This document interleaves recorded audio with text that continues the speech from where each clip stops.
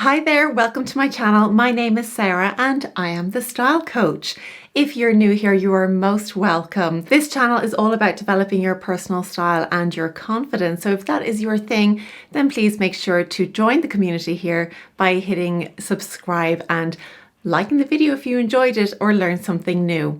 Welcome back to all the regulars as well. It's always good to see you returning. Today's video is all about eye colour and seasonal colour analysis and perhaps debunking some myths that I've heard, that I've been taught, and I want to get down to my approach to eye colour and seasonal colour analysis. Some of the things might surprise you. Before we get into that, if you would like to avail of my services, work with me one-to-one or join my online courses, you can do so by checking out all the information that I've linked down below. Now let's get started. It feels strange to be on camera with no makeup on, by the way. I had a facial, like a peel, a few days ago, about a week ago actually, and I've just been avoiding putting foundation on my skin, so I've just got my moisturizer and SPF, so I might be looking a little bit different today, but no harm to give the skin a rest. Anyway, let's get back to the topic. I've been meaning to do a video on this topic for a while now, but I was working with a client only yesterday in the US for a colour analysis, and she reminded me of, I need to do this video and address some of the things that are going on around eye colour. So thank you for that reminder. You know who you are. So some of you may have noticed, those of you who I've worked with online for online colour analysis, I always ask for specific photos on your features, your skin, your hair, your eyes. And I get a close-up of the eye as well. And this client said to me, Sarah, why did you ask me for a close-up of my eye? Because we went through the presentation, we went through the whole process, and I didn't use that photo of the close-up of the eye. And there's a reason, a good reason why I asked for this photo. Some people think it's to understand the eye colour, and we're going to talk about that in a moment. Other people believe it's about the pattern of the eye, and I'm also going to talk about that. So first of all, one of the reasons I ask for a close-up of the eye is a lot of the time I'm using photos that there may be shadows on the face which causes the eyes maybe to look darker than they are, or possibly a different colour than they are. So getting a close-up of the eye gives me a lot more detail, so that when I'm putting digital drapes on a person, it's a smaller picture, it's not that close-up of the eye. And so I've got a better understanding of how the eye will look with those colours. So it's not that I have to use this photo specifically in the consultation and to show you, what that means, but it's more for my own reference, that I understand that when I see a picture of you that's a little bit further away, zoomed out, that I still understand what the eyes are like. So that covers that. Now let's get into eye colour. So this is something that can cause quite a bit of confusion as well, because I think there's quite a number of people, probably not professional colour analysis, because I think they might, well, hopefully they know better. But when someone has, let's say, blue eyes, blue generally is a cool colour, right?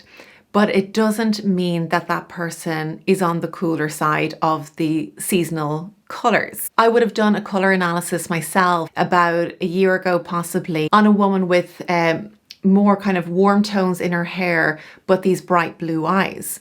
And she turned out to be a spring, so which is on the warm side. So if you have blue eyes, please don't categorize yourself into the cooler category. The colour of your eyes actually plays less importance in the overall scheme of things than you may realise. Similarly, somebody with brown eyes, like myself, we don't get necessarily placed into the warmer category. Someone with hazel eyes, hazel often causes confusion because there's like these amber flecks through the eye, or green eyes. People can sometimes place themselves in a warmer category. The colour of your eye doesn't have such an important role when it comes to placing yourself on the cool side or the warm side of the seasons. So as a colour consultant, the colour of your eyes doesn't play such an important role. And in fact, it's more the other qualities of colour that comes into their own importance, like value, so how light or dark your eyes are, or indeed chroma, how bright your eyes are, or they might have this kind of soft smokiness to them.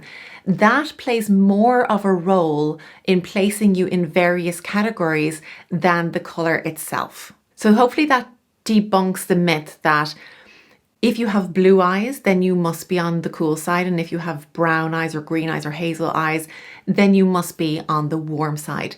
This absolutely does not mean that.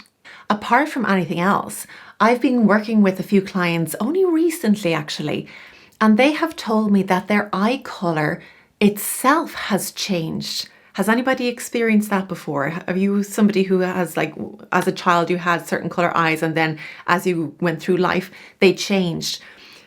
This is something that was fascinating to me to hear. So, going on that, if your eye color can change, then it's not a great place to start placing you certainly on the cool or warm side. This is one of the reasons when I do a color analysis, I start with the undertone of the skin because this doesn't change. So once we get you placed on the cool or warm side, then we can build on that knowledge because that is steady, it is consistent throughout life. The skin tone is not, the hair color is not, even the eyes are not. The undertone is, and that is why I start there. So let's talk about patterns for a moment. I've seen videos on eye patterns and saying, well, if you've got this pattern, then you're in this category. This is something that I looked into quite a bit and studied, and I'm always cautious when somebody says, if you're this, then you're this, and there's no other options. Because, like these other guidelines or rules or whatever you might want to call them, like if your skin gets tanned, then you're on the warm side. I have found fault in this or something contrary to that belief. And so I don't want to go into a color analysis already thinking I've got all the answers. What's the point in doing a color analysis? What's the point in draping somebody if you look at them and just say, oh, well, you're in autumn because your eyes have that pattern, and don't bother doing a color analysis? So I always take these hard lines with a pinch of salt. And as I always do, I let the colors do the talking. I look objectively at the person in front of me and how their features are interacting with the various colors that I put on them. That tells me the story. So I wouldn't necessarily buy into the pattern of the eye itself. I have seen cases, even with my client yesterday, she had what you might call a typical winter eye. And in that case, yes, it was true. But I've also seen other cases where somebody might have an autumn eye, but they actually turn out to be a bright winter. So I never approach a color analysis with this fixed way of thinking, because once you have a fixed way of thinking, you close yourself off to other possibilities and you might get it wrong. So to summarize, please don't categorize yourself based on your eye pattern or your eye color. Really, you can't place yourself into a color season just based on your eyes alone. It's not enough information. That's it for today's video. I do hope you enjoyed it and learned something new, and I'm looking forward to seeing you again next week. Take care. Bye bye.